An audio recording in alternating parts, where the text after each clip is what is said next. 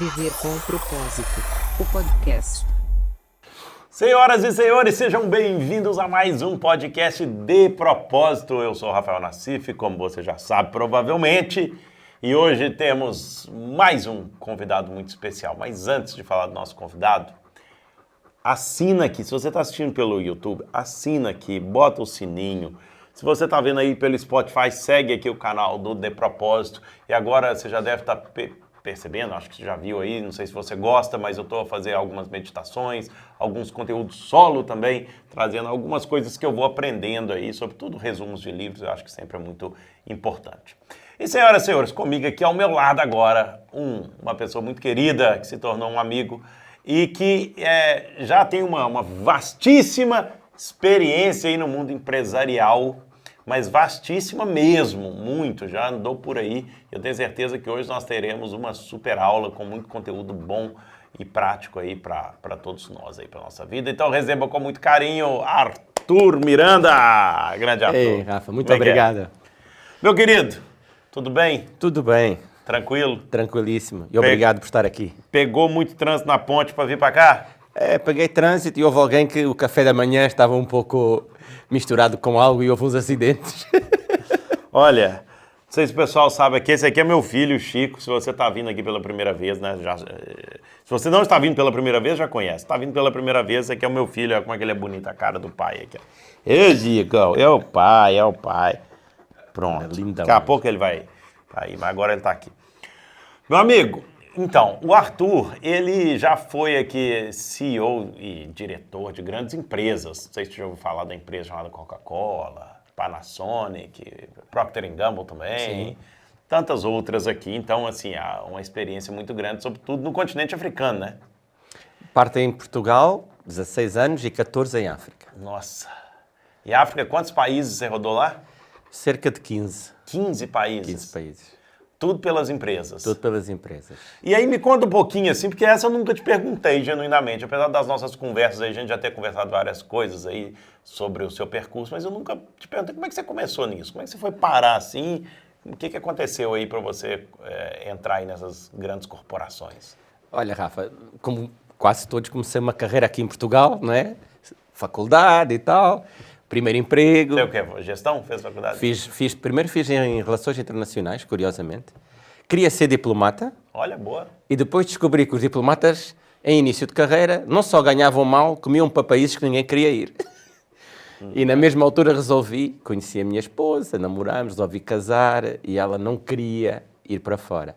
Normalmente, na altura, em Portugal, o primeiro assignment de diplomata era para sítios tipo Iémen ou países estranhos e, claro, é praxe, não é?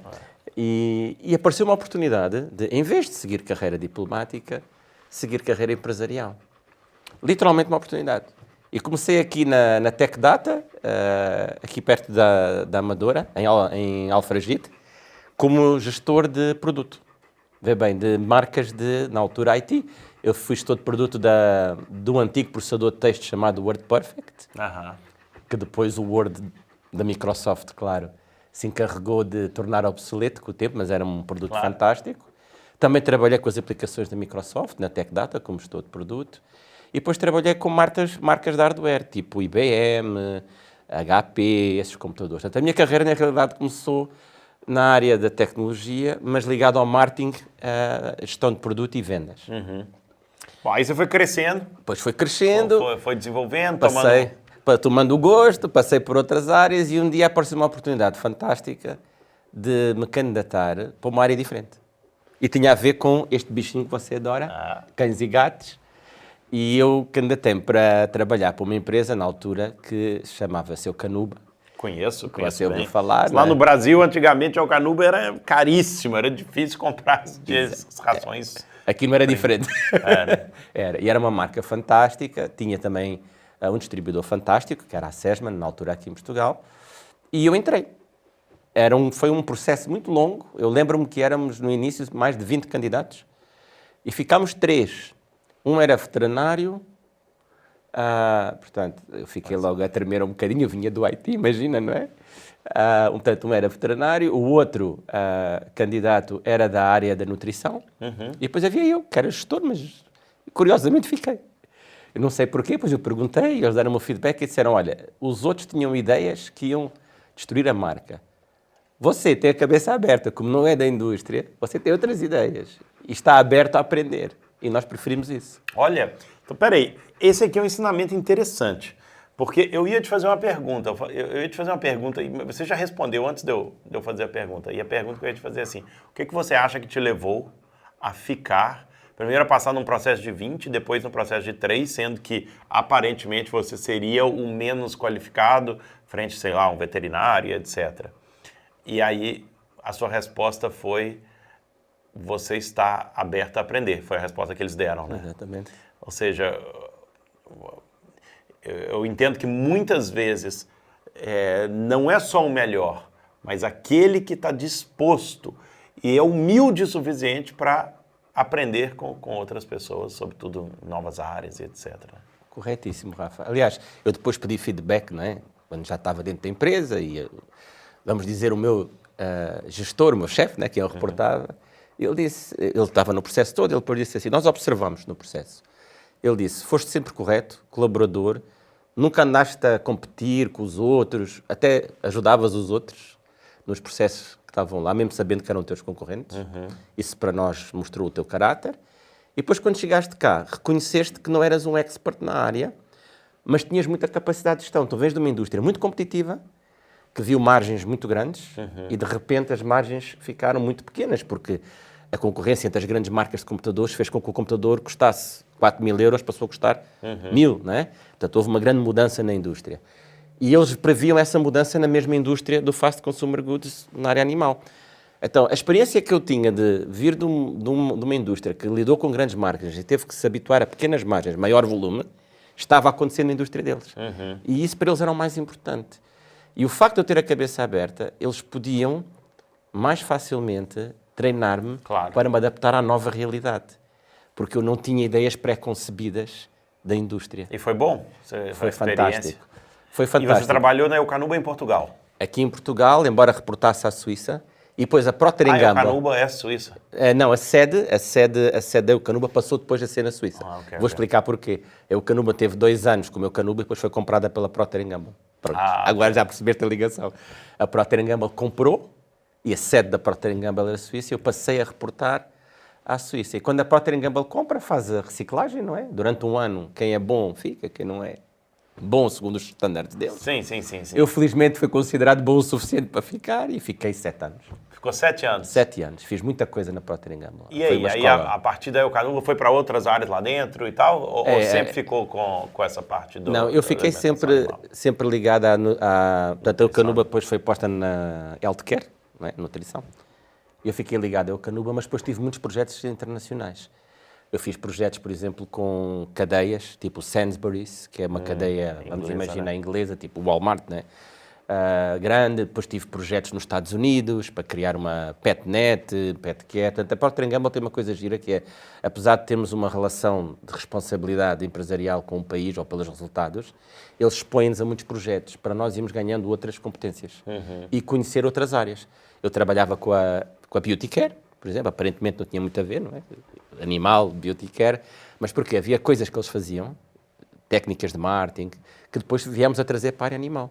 Nomeadamente a maneira como fazíamos anúncios, muito mais bonitos, os cães com pelo... Mudámos muita coisa como fazíamos marketing. Pois é, falar, você está precisando escovar o pelo do Chico, né, por Chico? causa Ficou disso. muito tempo, aí ó. Sim, punhamos o Chico assim, muito brilhante, lindão, no vídeo. Se bem que ele já é lindão, ele não precisa de muito. O que você trouxe dessa sua primeira experiência grande na Procter & Gamble, ou seja, a primeira grande multinacional que você trabalhou e cresceu lá dentro, né? Sim. Tem alguma coisa que te marcou mais lá? Tem. Foi uma vez que, e já lida muito esta área, para ti é muito importante, que é pessoas, que eu sei que é uma área muito próxima de ti, sim, transformação, e foi a primeira vez, logo um ano após, que a Procter & Gamble nos levou a trabalhar com o que nós chamaríamos hoje coaches, não é? Para nos conhecermos melhor e a nossa personalidade. Que interessante. Quem nós somos. Eu nunca tinha sido confrontado com isso. E então, eles levaram-nos numa sessão uma sessão de fim de semana, onde nós não Olha, só que aprendemos, interessante isso, aprendemos sobre coaching, como lidar com os outros, como comunicar, mas também nos fazem um assessment. Uma espécie de disc, alguma coisa Exatamente, um disc, foi exatamente disc, isso, foi um um disc. Completo, muito completo. Que na altura eu pensei que era uma avaliação qualquer, empresarial. Tudo o que eles disseram é, seja honesto, eu fiz, já que vou fazer, não sei o que é, vou fazer, fiz. E depois no fim tive um tempo com uma pessoa especializada no disc, né? Que depois me explicou o significado de cada uma daquelas coisas e quem eu na realidade era. Como pessoa, como gestor, como líder de negócio. Eu, entretanto, na altura já estava numa posição que liderava o país e tinha projetos internacionais, lidava com outras pessoas. E eles explicaram-me, eu fiquei a conhecer um pouco sobre mim mesmo. Foi o meu primeiro contacto com o autodesenvolvimento. E a partir dali eu comecei a perceber, ok, onde é que, quais são as áreas que eu, vamos chamar, são mais fortes, são mais naturais, onde é que eu tenho mais dificuldade, como é que eu melhoro. Foi a primeira vez na minha vida que me confrontei com isso. Foi muito bom. E o que eu trago deles é, nessa jornada, cada 3 anos fazíamos isso. Olha, que bom. Que era para ver se evoluíamos, se estávamos a comatar os gaps. E para mim foi a melhor herança que a Procter & Gamble me deu, para além do marketing espetacular e das marcas que fazíamos. Mas hoje o marketing e competências, um bom curso dá-te, não é? Mas esta parte de saberes sobre ti mesmo e como lidar com os outros melhor, eu sou muito grato a eles. Também me ensinaram, não somos iguais. Se eu fizer um disco e o Rafael fizer um disco, provavelmente temos áreas diferentes, não é? Claro. E provavelmente, se conhecermos bem a personalidade um do outro, vamos adaptar a comunicação melhor um ao outro, não é? Para evitar choque ou divergência. Grandes conflitos ou talvez isso, eu acho que isso ajuda muito a lidar melhor com os conflitos, né? Porque o conflito sempre existe. Eu acho que o conflito até é bom para o crescimento, para desenvolver equipes. Não tem problema. Acho que conflito não tem problema. Agora, saber lidar com os conflitos, saber lidar com as diferenças, acho que é o grande segredo aí que todos nós podemos aprender. E no negócio é importante porquê? Porque a gente, quando é líder, as pessoas que estás a liderar não são iguais. O disco deles é todo diferente, vamos dizer assim, não é? É verdade. O disco... Se você conseguir conhecer eles dessa forma, é muito melhor, né? Porque, Rafa, imagina que estavas na minha equipa, eu sei que o Rafa tem mais este tipo de personalidade. A partir desse momento que eu sei, a maneira como eu vou falar contigo, dar um projeto, dar-te uma oportunidade ou uma coisa muito importante, eu vou falar de uma maneira que faz mais sentido para ti. Não é? Ao passo, se eu tiver outra pessoa com um perfil completamente diferente, se calhar a maneira como eu falo com o Rafa já não deve ser a mesma que eu falo com ela. Claro. Tem que adicionar, por exemplo, imagina que tu és uma pessoa mais criativa, mais de visão, de missão, que gostas de ver o fim das coisas, porque é que estás a fazer, não é? Eu tenho que dizer isso para ti, se eu for pedir para fazeres uma coisa, eu tenho que te dar isso. Se eu não te der a visão, nem o big picture, como nós dizemos, não é? É verdade, e no meu caso é exatamente isso. Se eu trabalhasse para ti, é exatamente isso. Ou seja, eu tenho que ver mais à frente. Outras pessoas não, simplesmente são mais estruturadas, só querem entender a estrutura e fazer aquilo. Ou seja, não tem certo nem errado, só tem as diferenças de cada um e eu acho que é importante saber respeitar e trabalhar com cada um. Ô Chico, você está aqui, né, Chico? Meus amigos, tá tudo bem com o Chico aqui ou ele está respirando muito alto? Hoje ele está respirando bem alto, né, Chico? Deve estar cansado, está com sede. Mas tem água aqui do lado, viu, Chico? Lindão. Maravilha. Meu amigo, aí pronto. Essa já é ou seja, já tivemos até grandes aprendizagens até aqui. Mas, como é que você foi parar na África? Interessante. A Procter & Gamble compra a Gillette, uma notinha, 52 bilhões de dólares. 52 bilhões de dólares. Em 2006. Warren Buffett, todo mundo já ouviu falar, presumo, né? O Warren Buffett era o dono da Gillette. Ele era, né? E vendeu muito bem a Procter & Gamble por 52 bilhões, não é? Portanto, ele não ficou pobre, vamos dizer assim. E a Procter & Gamble, ao adquirir a Gillette, teve que fazer um compromisso que, quando há a integração de duas grandes empresas, alguém fica a perder. Vamos ser sinceros, há duplicação de funções, de pessoas, de quadros. E então, o Warren Buffett negociou muito bem que 10% do seu pessoal, havia um máximo de 10% do pessoal que podia ser... vamos dizer assim, tornado redundante neste processo, não é? Ou seja, tem que guardar 90% dos quadros. Toda a equipa da Gillette. Do lado dele. Portanto, a Procter teve que fazer reciclagem do lado deles. E o que é que aconteceu? Para nós, que éramos, na altura, estávamos como os chamados high potentials da empresa, Não fomos reciclados, mas as nossas carreiras foram postas em frozen, ou seja, eu cada 3 anos na Procter fazia coisas diferentes, tinha projetos espetaculares, tinha coisas, ok. e já tinha negociado ir para o Brasil. Ah, é? Eu tinha pedido um assignment no Brasil. Gostava, queria ir fazer, porque na altura tinha um filho, ele nasceu síndrome de Asperger, com ligeiro autismo, e a nossa psicóloga dizia que era muito importante ele estar num ambiente onde a cultura, a língua, durante uma certa fase do crescimento deles fossem semelhantes, não é? Evitar grandes disrupções. Ah, ok. E eu achei que, já que tinha aqui para uma internalização, não é? O Brasil seria país irmão. Sim, bom, Mesma língua. alegre, não sei o quê, Pronto, pessoal, pronto. fantástico. E com esta compra, o Brasil ficou tomado porque a Gillette tinha um potencial no Brasil brutal, muita gente competente, então eles deram-me como alternativa a Rússia. Olha, Tem tudo a ver. Nossa. Brasil e Rússia. Brasil e Rússia, é Pá. quase a mesma coisa. Quase a mesma coisa. E eu, na altura, disse, pá, Rússia não. na Rússia não. E ainda por cima, quando eu soube porquê, foi mais interessante. O líder que estava na Rússia, da Procter & Gamble, colega, era americano na altura. E eles tiveram os problemas com manufaturação, que, ou seja, cópia de produto. Cópia de produto na Rússia. Que ele muito bem agiu legalmente. Só que ele não sabia que por trás dessa cópia de produtos havia máfias russas. Tentaram matar o cara, como se diz no Brasil. Nossa. Até eles acharam que um português tinha um perfil mais neutro, né? Não é americano. Americano na Rússia não é fácil. Isso é verdade também.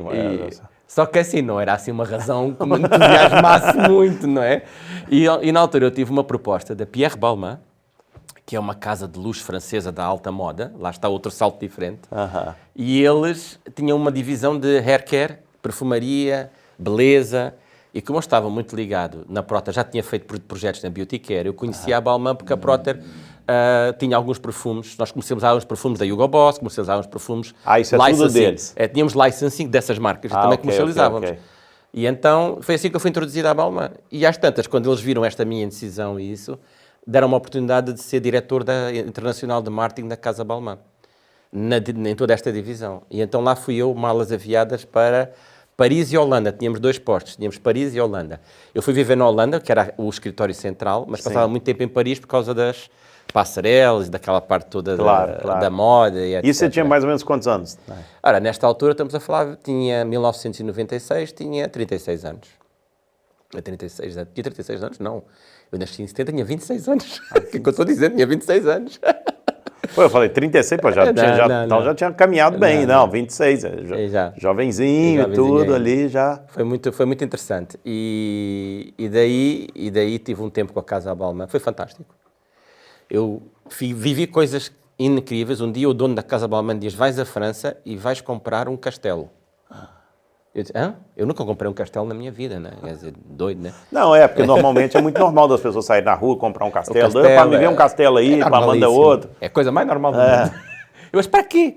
Porque a Balmain tem clientes especiais. A Balmain veste as realezas todas no mundo. Desde a europeia, desde a realeza nos países árabes. Depois fui descobrindo. Então, o castelo... Sim, tudo que eu compro é da Balmain também. Tudo da Balmain. A ideia era... Nunca ouvi nem falar nisso. Outra coisa, né? Não, a Balmain é uma marca também, não? Ou só representa a marca? Ou é uma marca... Não, é a mesma marca, Balmain. Chama-se Balmain. Nem conheço. Em francês devem dizer Balmain. Coisa assim. Mas é fácil, tu procuras Balmain e vês. Não, eu tenho certeza que é fácil. Se gostares de fatos de 5 e 6 mil euros, é a marca para ti. Entendi. E então, a ideia era que os clientes voassem num ambiente diferente, uma coisa... Aquilo tinha que ser transformado em uma coisa completamente diferente para fazer passarela privada para estes clientes. Essa era a razão da compra do castelo. Do castelo. E você comprou? Não, encontrei o sítio, negociei, comprei a favor da empresa, né? Não comprei eu pessoalmente, comprei para a empresa. Claro. Comprámos o castelo do Richard Lionheart, onde ele morreu, em França, e comprámos um outro chamado Lavalade. E fazíamos as passarelas nos 2 lados. Olha que interessante. Foi uma coisa... Eu vivi assim um bocado... Conhecia a Naomi Campbell. Ela esteve envolvida em muitas das passarelas da Casa Balmain, da parte do couture. Conheci outras... A Elle Macpherson, outras modelos famosas na altura, porque a Casa Balmain contratava alguma dessas pessoas. E nós éramos responsáveis pela área do cabelo, da beleza, e entrávamos aí nessa zona. Então também foi uma experiência sensacional. Foi Mas não chegou em surrealista. África ainda. Não, já vai a seguir. Já vai.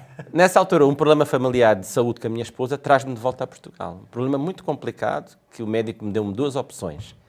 Ou você fica e a sua esposa fica sozinha com os filhos e vai ter um tratamento muito complicado. Psicologicamente, você fora não é bom, tem miúdos pequenos.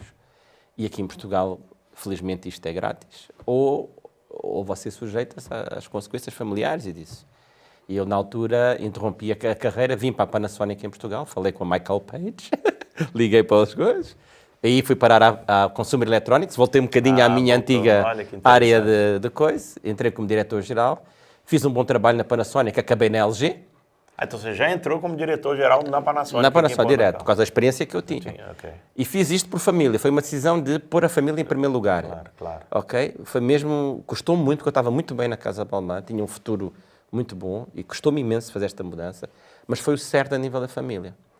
E tive na LG depois um ano, quando surge a oportunidade, um convite, descobriram que eu era também, para além de português, tinha uma ligação à Angola, também era angolano, minha mãe é angolana, meu pai é português, eu tinha as duas nacionalidades, e aí aparece a Refriango, e a Refriango convida-me para ir ser diretor-geral da Luandai, que era o braço comercial. Para quem não sabe o que é Refriango, só explica aí. É o principal de bebidas na Angola, A Angola, né? É um fabricante de bebidas, de refrigerantes, águas, e também tinha outras áreas como vinhos e etc. Entretanto, depois cresceu, hoje em dia a Refriango tem supermercados, tem tudo. Tem até mobiliário.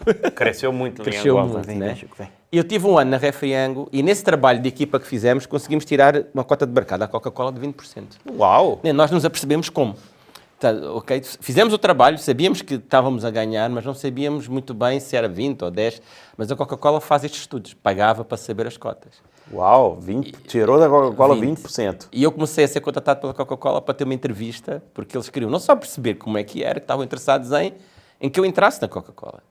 E ao fim do ano na Refriango, eu fui para a Refriango um ano, entre aspas, fazer um projeto que eu, quando saí da LG, estava um pouco cansado. A cultura da LG e a cultura coreana é muito puxada.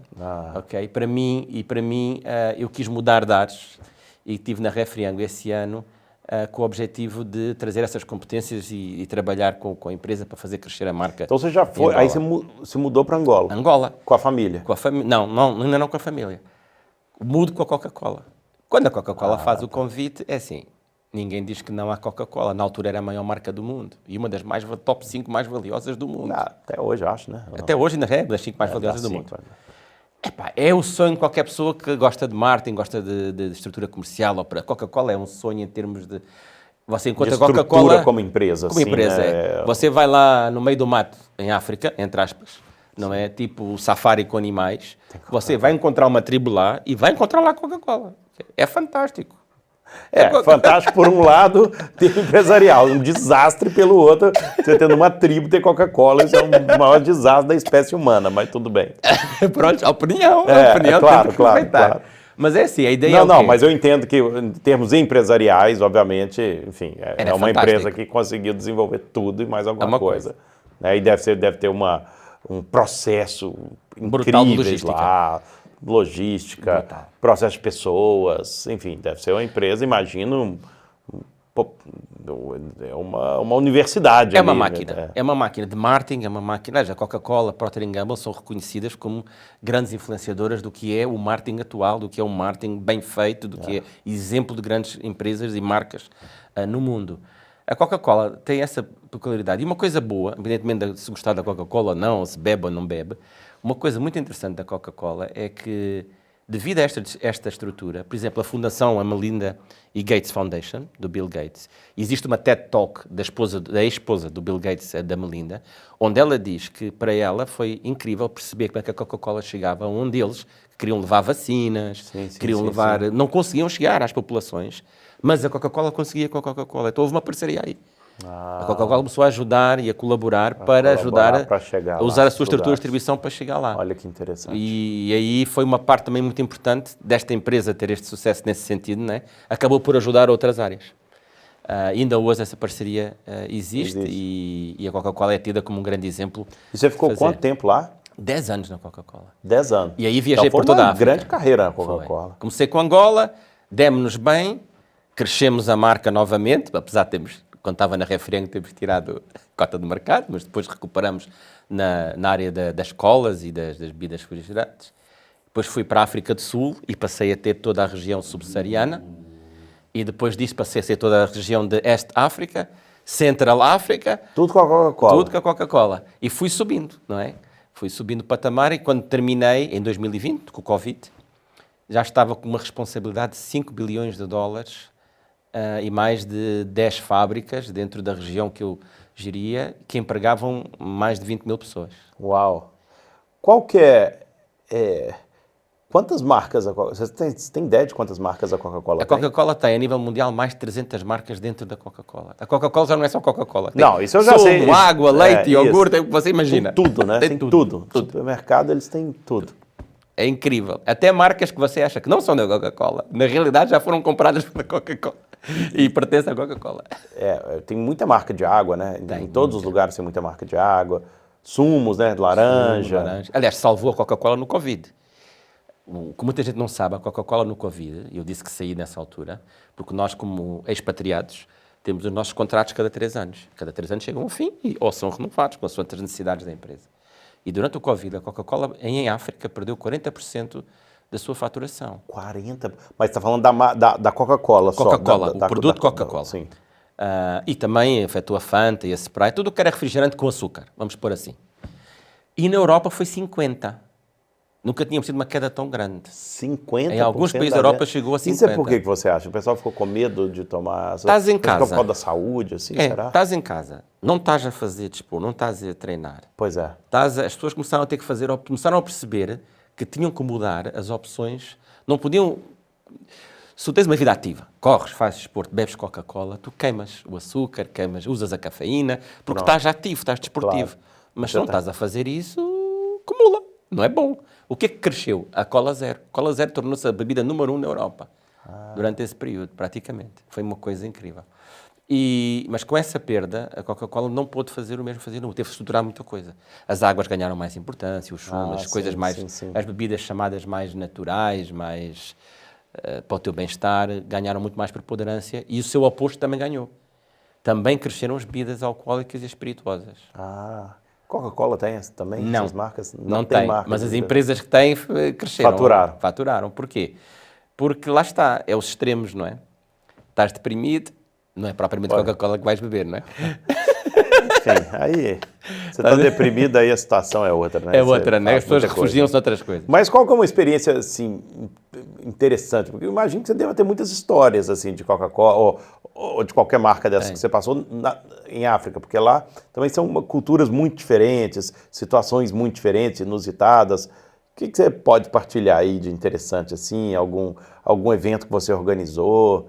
Eu lembro que você organizou um evento em Angola, né, para, não sei, milhares de pessoas lá também, né? Olha, um grande evento que nós tivemos em Angola foi patrocinarmos, tivemos uma campanha mundial que chamava-se A Billion Reasons to Believe in Africa.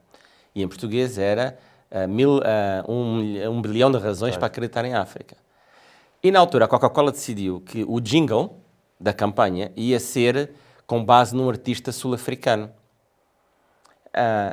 E eu, na altura, disse, olha, interessante, mas não acho que para Angola e até, na altura, Moçambique, faça sentido. Precisamos de um cantor que cante em português, angolano. E tivemos uma guerra enorme de marketing com a central da Coca-Cola por isso. E tivemos que provar por estudos que aquele homem, ninguém conhecia aquele homem em Angola e em Moçambique, aquilo zero. E no caso específico de Angola, identificámos um artista que estava na altura a começar a falar, adivinha quem era? Chamava-se Anselmo Ralph. E eu reuni com o Anselmo Ralph algumas vezes. E ele não era famoso, não era nada? Ele ainda não era o que era aqui em Portugal na altura. Já estava a ser conhecido e tal, lá em Angola. Tinha assim a sua tribo, não é? Mas ainda não era aquela coisa que veio a ser depois. E nós fizemos um contrato com o Anselmo para fazer o jingle da Coca-Cola. E ele fez. E isso deu um grande salto, não só a nós, mas também a ele. Ao ponto de depois organizarmos um concerto dele na Citadel, 10 mil pessoas, patrocinado pela Coca-Cola, onde o bilhete de entrada era uma Coca-Cola.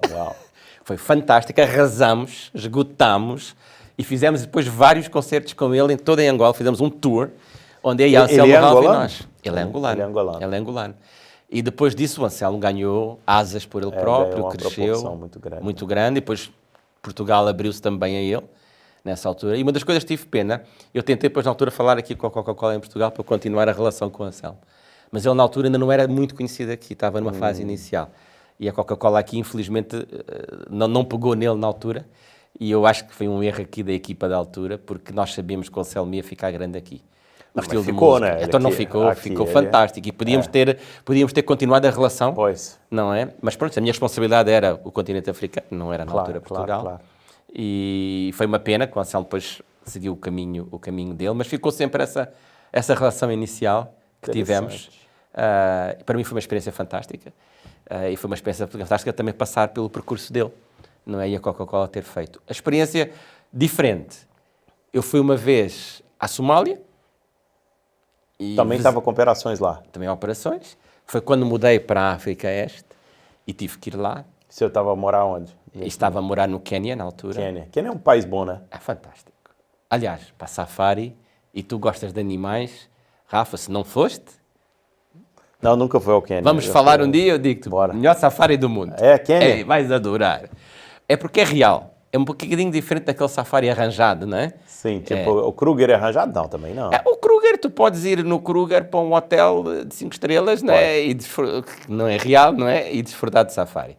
No Quênia, tu podes simplesmente aparecer no meio do parque, o teu carro, entras, vais e desfrutas daquilo como queres. Ou podes ficar numa tenda e experimentar realmente Uau. a selva, vamos dizer assim. Bom, depois você vai me dar essas dicas aí, porque Fantástico. porque eu quero mesmo. Isso é eu muito adoro. fantástico. Vais adorar. Bom, Já para dizer o quê? Somália, tive que aterrar e adivinha o que é que me aconteceu? Fui escoltado por um tanque de guerra, um jipe com metralhadora tipo M60 e o exército para te rotar... para ir à fábrica da Coca-Cola. Que isso? Porque eu podia ser raptado no caminho e pedirem Com a indenização. indenização à Coca-Cola. Loucura, pá. A sério, eu fiquei pânico quase. Você desceu do avião, já tinha o pessoal... tudo pronto. tudo à sua Parecia espera. que eu era, sei lá, o presidente dos Estados Unidos ou assim. Uma loucura.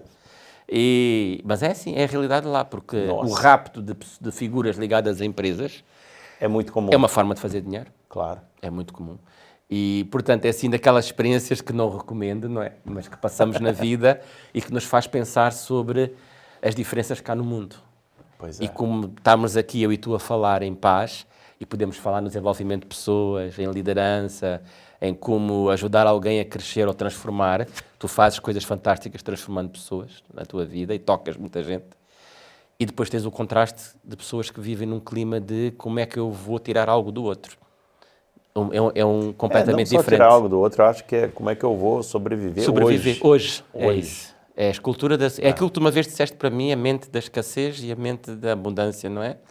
Pai, Vê-se eu muito acho isso. que nesse caso não é nem somente, eu acho que ali a gente entra em uma outra coisa da sociedade, que já dizia Maslow, que é a pirâmide das necessidades básicas de Maslow. Eu só posso pensar hoje e falar hoje sobre propósito, sobre ter, sei lá, uma vida com mais sentido, que faz mais sentido, porque as minhas necessidades básicas e as suas necessidades básicas estão atendidas. Ou seja, nós temos roupa, eu chego em casa e você também. Hoje de manhã eu tive que escolher roupa entre as várias que eu tinha e tenho certeza que é a mesma coisa para você. Eu não tive que pensar assim, poxa, e agora, será que tem alguma coisa para eu tomar hoje, pequeno almoço? Será que não tem? Então as minhas, ou uma cama para eu dormir, as minhas necessidades básicas estão atendidas. Uma vez que eu vou escalando as necessidades, então aí eu começo a olhar para outras questões de propósito, de fazer diferença na vida das pessoas, etc. O que é muito diferente para pessoas que vivem em países em situação de guerra, situação de traumas, em situação em que você não sabe, primeiro que se não vai comer, se tem algum lugar para dormir, a situação, por exemplo, do Sudão nesse momento, né, que você obviamente Sim, deve estar acompanhando, ou seja, uma guerra completamente brutal lá na capital, que é Khartoum. Ou seja, as pessoas já estão fugindo, milhões de pessoas fugindo. Ou seja, essa pessoa obviamente não está preocupada com o propósito de vida dela. O propósito de vida dela é sobreviver, só isso. Então é por isso que, enfim, o mundo é muito desigual e certamente muito injusto, né? Mas o mundo é muito desigual, assim. Enquanto nós aqui estamos fazendo de tudo para emagrecer, tem uma parte do mundo que está fazendo de tudo para não morrer de fome. Quem lhes dera estar com esse problema. Com esse problema. E outra coisa também importante, interessante, é, apesar desses extremos, e falaste muito bem na questão do propósito de sobrevivência, mesmo aqui na nossa sociedade, às vezes temos pessoas que estão nessa mentalidade de sobreviver. O país não está em guerra, temos uma democracia, estamos em paz, não é? Os nossos conflitos são de outra ordem, não é? Sim. Mas deixar às vezes pessoas na nossa sociedade chegar a este extremo de ter que viver com o instinto de sobrevivência não é bom. Não, não é. Eu vi isso, um grande aprendizado que eu tive da África é que nós não conseguimos transformar pessoas e trazer o seu melhor delas quando a única função que é o teu cérebro, não é? Reptiliano, exatamente. Eu gosto muito de como tu falas isso. Toma conta. Não adianta, valor... É assim, é uma hipocrisia nós deixarmos pessoas passar fome e necessidade, não é? E depois, qualquer coisa que elas fazem, roubou uma maçã para comer, vai para a cadeia. Eu acho isso altamente injusto. Porque assim, é muito fácil fazer isso quando nenhum de nós tem que, nem sequer uma maçã tem para comer, não sabe o que é. Não é? Não sabe o que é que acontece com o teu cérebro. E é muito fácil simplesmente castigar, em vez de resolver o problema base. Porque é que isto está a acontecer e o que é que podemos fazer como sociedade para que as pessoas, o nosso semelhante, não tenha que estar nessa... Voltar a essa função reptiliana do seu cérebro, não é? Aí a gente quase que entra numa discussão filosófica aqui que é muito complicado e, obviamente, da injustiça que é a nossa sociedade. Nossa sociedade, obviamente, não é uma sociedade justa. Eu não falo a nossa sociedade em Portugal, ou Brasil, ou Estados Unidos, ou África, o mundo em geral, né? O sistema que nós construímos para nós, infelizmente, não é um sistema justo e igualitário, certamente, para as pessoas que estão aqui, mas é o mundo que a gente vive e eu acho que o importante é cada um de nós termos a consciência de fazer o nosso melhor a cada dia, de fazer o melhor também para as pessoas que estão à nossa volta e ser um ponto positivo no mundo, né? Uma luz no mundo, digamos assim. Meu amigo, agora me conta lá, dessa experiência toda, assim, quais são os seus maiores, ou se você puder apontar pelo menos um grande aprendizado que você trouxe, que você pode aqui falar aqui conosco, um ou mais, dois, três, assim. O que foram os seus aprendizados que realmente te tocaram, fizeram diferença na sua vida, que você traz hoje? Eu aprendi, esta minha passagem por África, só para as pessoas entenderem, quando estamos responsáveis eu reportava aos Estados Unidos, eu passava grande parte do meu tempo também nos Estados Unidos e aqui no escritório de EMEA na Turquia, da Coca-Cola. Eu tinha projetos internacionais, não era só a África. Mas era importante porque eu via as realidades todas. E muitas vezes havia coisas que estão assim nos Estados Unidos que a me era pedido adaptar em África. E às vezes a gente entrava em conflito. Tipo o quê, assim? Por exemplo... Nos Estados Unidos, o que é Atlanta, que é o escritório? O escritório é mundial, mas, por exemplo... Não, eu sei, mas nos Estados Unidos é em Atlanta? Eu vou dar um exemplo. Nós lançámos uma água com vitamina fantástica, que até pertencia a um rapper que era o 50 Cent. A Coca-Cola comprou por uns bilhões de dólares a marca a ele e promoveu em todo o mundo, chamava-se Vitamin Water. Eu sei qual que é. Já viste, não é? É um produto fantástico. Água com vitamina e não sei o quê. Eu, vivendo em África, imagina, estando nos Estados Unidos, vendo isto, primeira coisa que vem à cabeça, eles precisam disto. Vitamina B12, isto é fantástico. Isso vai ser ótimo para... Eu fiquei tipo, né? Porque a Coca-Cola em África custa 50 cêntimos, mas não tem vitamina B12, não é? Não tem vitamina B6. Quando muito hidrata e dá aquela energia momentânea do açúcar e da cafeína e do caramelo, mas não preenche. Sim, não tem vitaminas ali. E eu achei isto fantástico. Problema. Lançámos na África do Sul, mas não conseguimos ir muito mais além. Por causa do preço. Ah, pois é. Ou seja, a realidade... Porque nos Estados Unidos era vendida por, sei lá, $1 ou $2, uma água dessa. E eu tinha depois pessoas... traduzindo ali, não dá para o pessoal pagar. Não dá. Mesmo produzindo lá, mesmo vendendo aos tais $1 a $2... Sim. Não, sim. Mesmo que conseguíssemos, excluíamos metade da população de muitos países da África. Porquê? Porque muitas das populações africanas vivem com $1 a $2 por dia. Então, às vezes, eu via a campanha maravilhosa, eu percebia que o produto era fantástico, mas não podia levar aquilo e aplicar em todo o lado, infelizmente, às vezes com dor, porque sabia que não ia ter comercialmente, não iria fazer sentido. Porque para eu produzir aquilo tinha que ter uma linha dedicada que custa 20 milhões de euros, Tinha que ter e depois, esse custo, face às vendas que iam se realizar, não era viável. E fazer uma decisão desta como gestor, do ponto de vista empresarial, é lógica e não é difícil de fazer. É difícil quando temos um pouco de coração e humanidade. E é importante ter. Uma coisa que eu aprendi em África, e aprendi a viajar não só pela Ásia, eu também estive no Brasil com a Coca-Cola, também vi as diferentes realidades do Brasil, que tem muitas, como tu bem sabes, Tem não é? muitíssimas. E aprendi muito. Aprendi o quê? Arranjar formas de dar o que eu posso, o melhor que eu posso às pessoas, e pude não dar este produto a toda a gente, mas, por exemplo, introduzimos Fanta com sumo de laranja, porque as crianças bebiam muito Fanta em África, porque associavam a um produto com laranja, e a Fanta muitas vezes na forma não tem sumo, então, mas há uma versão da Fanta que tem. Então eu tentava melhorar as coisas, fazer o que eu podia para dar, dentro daquele espectro de valor, o que eu podia às pessoas lá. Ajudou-me a ser melhor como gestor, mais criativo.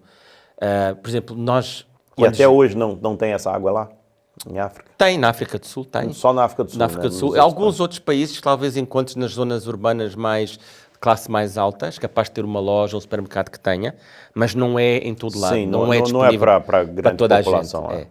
Mas vais encontrando. Mas houve outras coisas que nós conseguimos trazer. Por exemplo, criámos um iogurte que não precisa de frigorífico, fantástico para a África, foi maravilhoso. Adorei esse projeto. Olha que interessante Foi isso. muito giro. Tivemos outros produtos que fizemos coisas fantásticas. E o que é que, no fundo, eu aprendi? Eu aprendi que, às vezes, podemos não dar tudo, mas devemos procurar resultados empresariais, onde estamos, mas sem esquecer o benefício para as pessoas e fazer também o bem onde estamos. Eu, com a Coca-Cola, participei num programa que foi criar 5.000 empregos para as mulheres. Um dia eu percebi que em África. E começámos este programa a ideia nasceu na África do Sul, mas aplicámos em Angola e outros países. A ideia era, eu tinha uma meta, nos países que eu estava responsável, 5.000 mulheres. E a ideia era fazer o quê? Era dar a elas um kit para começar o próprio negócio, usando as marcas da Coca-Cola. Tipo o quê? Como é que é? A gente, em Angola, vou dar o exemplo de Angola, que é mais próximo dos nossos audientes, temos uma coisa chamada zungueira. Zungueira é uma mulher que vai na rua com uma coisa na cabeça e vai vendendo bebida e isso às pessoas. Então nós criámos um kit onde nós punhamos um guarda-sol, cadeira, mesa e uma cooler. Uma cooler é uma espécie de frigorífico com gelo, com as bebidas, para ela vender aquele kit. E depois era reposto. Às vezes, uma vez ou duas ao dia, íamos fazendo isto. Ao fazer isto, criámos um novo canal de distribuição. Praticamente. Pô, um grande canal, grande canal. E criámos emprego. E o que estas senhoras vendiam, elas já não tinham que se preocupar em ver com $1 por dia. Elas faziam muito mais que isso. A vida para elas mudou brutalmente. Às vezes a gente pensa, então, mas ela não fazia $1 por dia. Não, se calhar fazia 20, 30. Mas um país onde as pessoas vivem com... Uma parte da população grande vive com $1 a $2. De repente passa a viver com 20.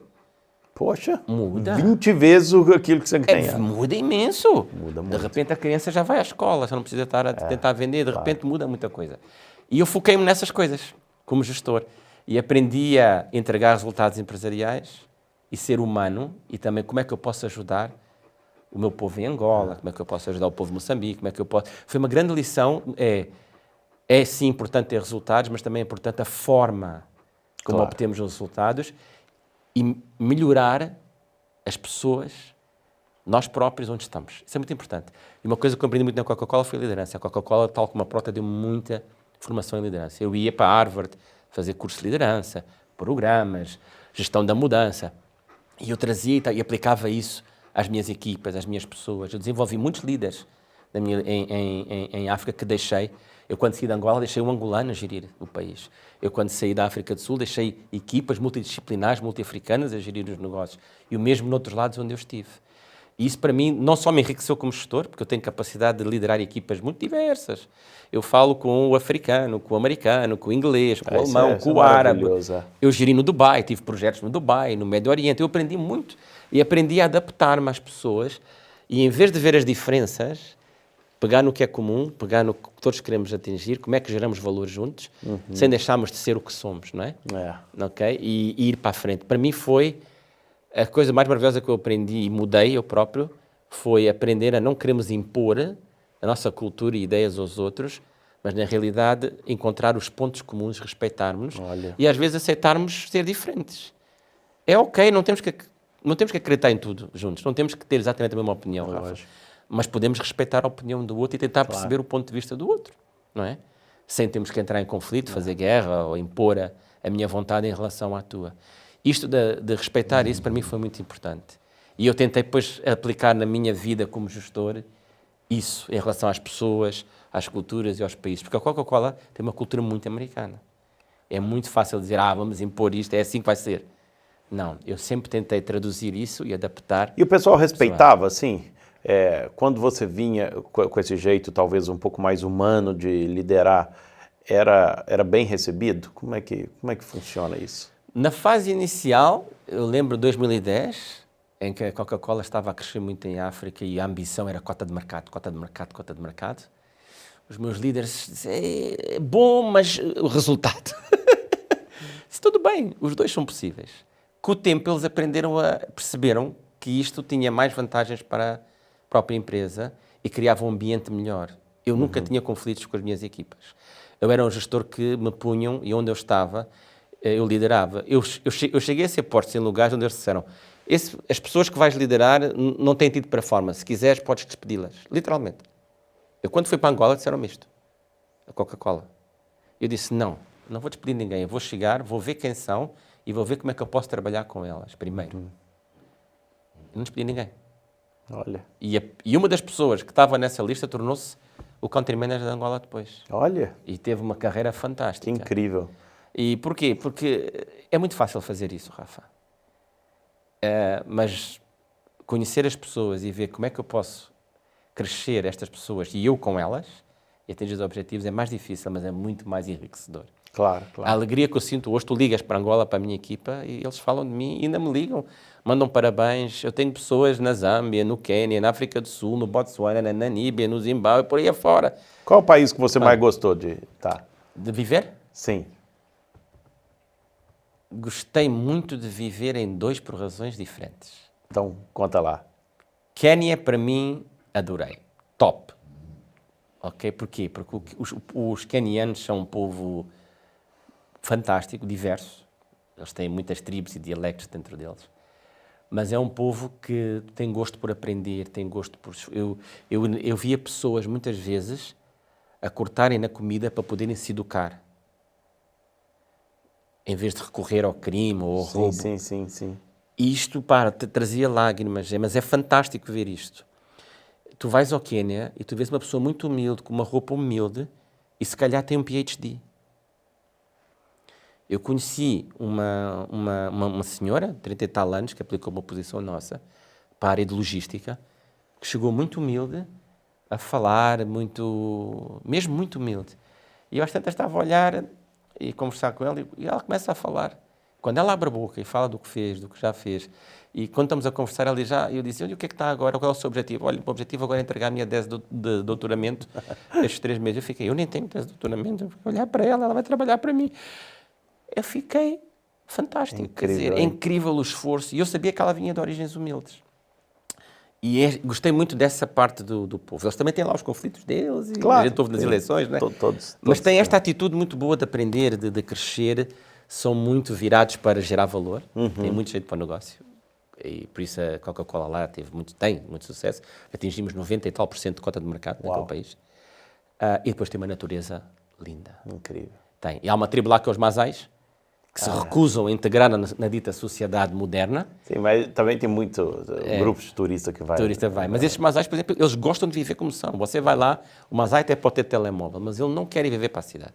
Não quer ser... Que bom, tomara que continue assim, né? Vivem lá assim na vida deles. Adorei o Quénia. E o outro país que adorei, embora seja um bocadinho... As pessoas vão ter opiniões divididas, foi a África do Sul. Acho que sim, acho que é... Porquê? Também um dos países mais lindos do mundo, sem dúvida. Sem dúvida. Uma sociedade muito fragmentada. O Nelson Mandela realmente foi um exemplo, infelizmente, um bocado único, ao tentar trazer a sociedade toda junta e criar o Rainbow Nation e tirar as barreiras raciais e culturais entre as pessoas. Ele foi fantástico. Infelizmente, não se deu seguimento 100% ao que ele fez, ao exemplo dele. E eu encontrei uma sociedade um bocado dividida e fragmentada, mas encontrei um país lindo, lindo. Encontrei o melhor da África e o melhor do mundo desenvolvido no mesmo sítio. Você está em Cape Town, Ao mesmo tempo, você tem ali ao lado, a uns quilómetros, safaris maravilhosos, tribos a viver de forma normal, culturalmente, como eles são, e ao lado tem uma cidade fantástica, vibrante, com tudo o que é de moderno, comprar as roupas, até Balmain, lá compra, do outro lado, e a conviver no mesmo espaço. Pois é. Você tem casas lindas a ver o mar, não é? Como nós temos aqui em Cascais, de um lado, e do outro lado você está a fazer um safari com búfalos e leões no meio da selva, que é fantástico, não é? E pessoas, é assim, tem uns contrastes lindos, maravilhosos. Há muita insegurança, mas lá está, a segurança vem por aquilo que falámos há bocado. Há muita gente a viver no estado de sobrevivência. Eu acho que a insegurança, eu como venho de um país que existe muita diferença social, acho que muito da violência, até corrupção, vem muito dessa diferença social. Quando você tem pessoas muito ricas, pessoas muito pobres, convivendo numa mesma sociedade, existe certamente um choque muito grande ali. E aí acontece o que acontece, e isso é muito triste de ver isso, né? De ver essas coisas e tal. E para o futuro, querido Arthur, qual que é o que você acha que é o... Você saiu da Coca-Cola em 2020, veio para Portugal? Vim, mas voltei para a Zâmbia. Voltou para a Zâmbia. Os 2 anos eu fui CEO de um private equity do Banco Mundial. Ok.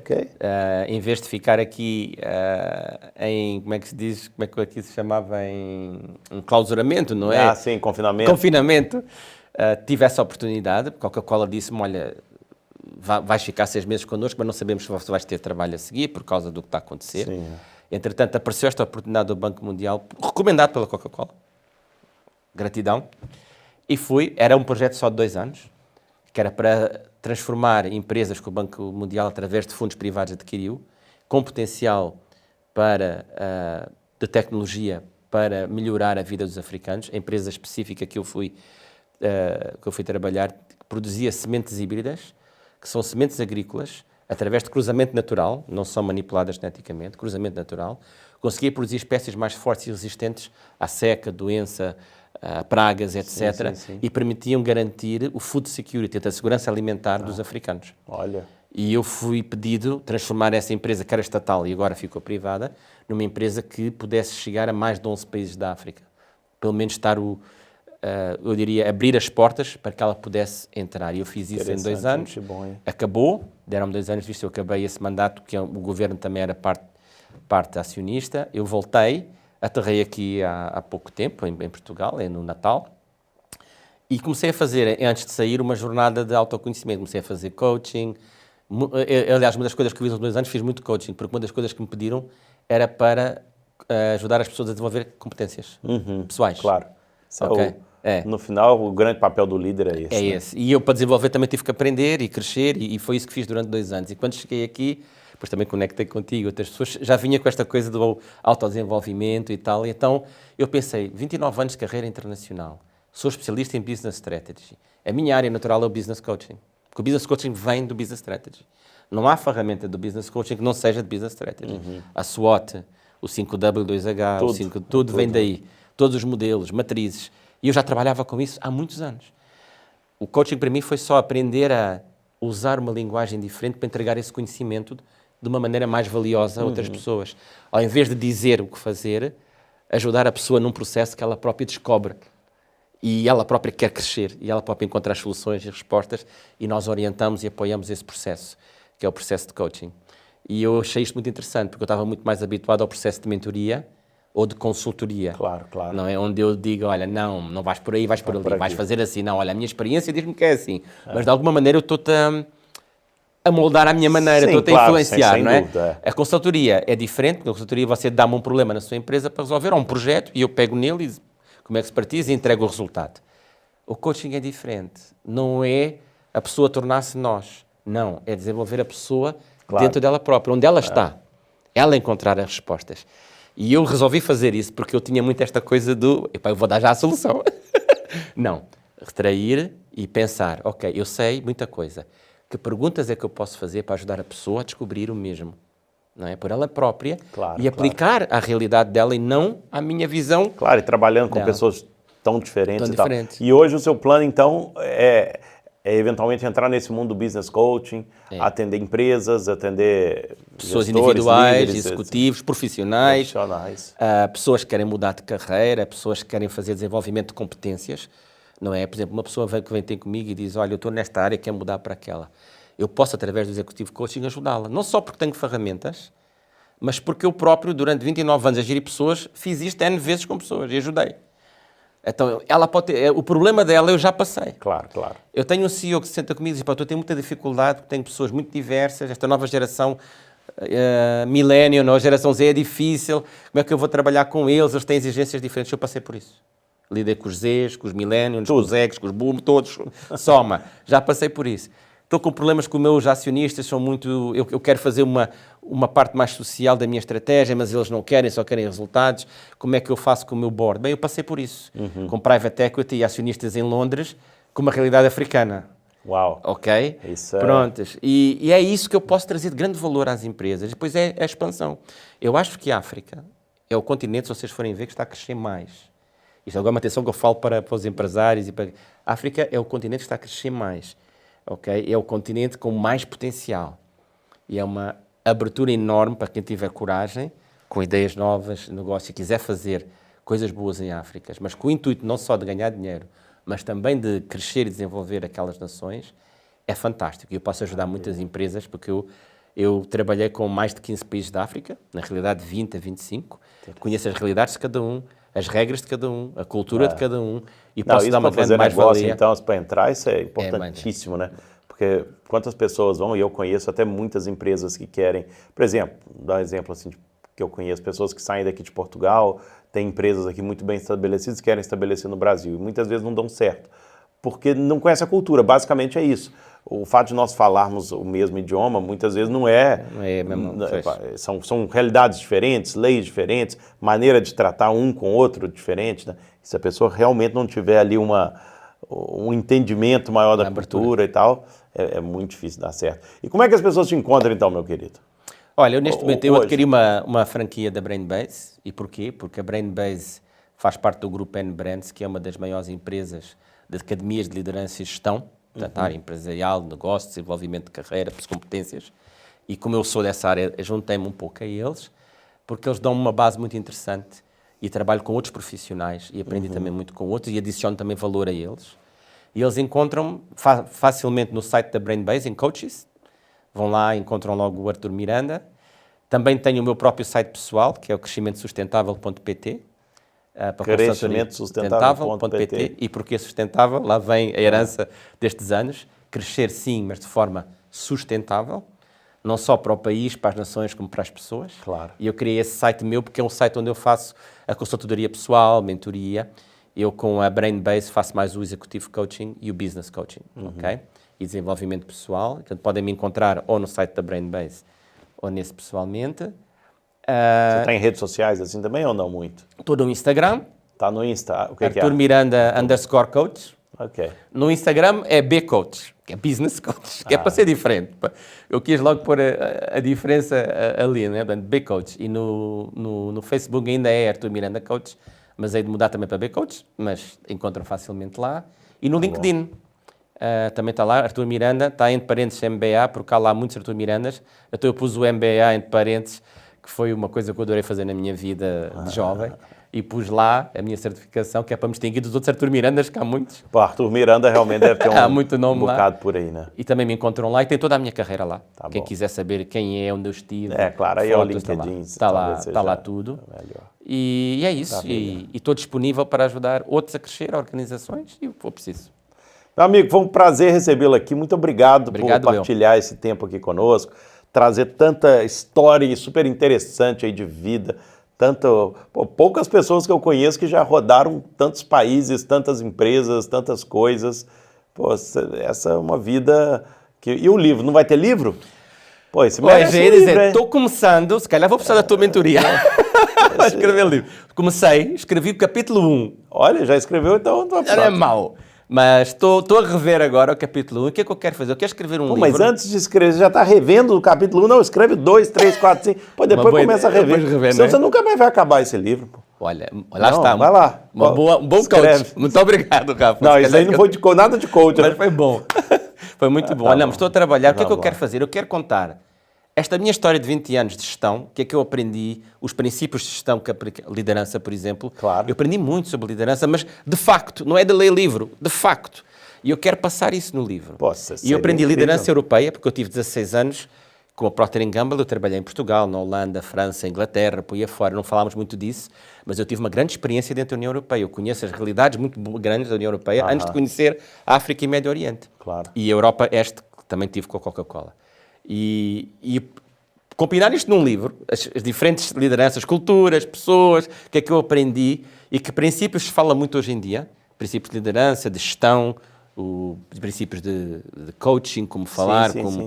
como é que isso se aplicou ao longo da minha vida. Claro. E o que resultados é que eu vi nas pessoas neste livro. E eu quero contar, não quero que seja uma seca, tipo teoria, é fácil fazer claro, isso. Tem que Quero ter contar uma mas você história tem e ensinar. storytelling todo aí. É um bocado, mas é tudo difícil, isso. não é?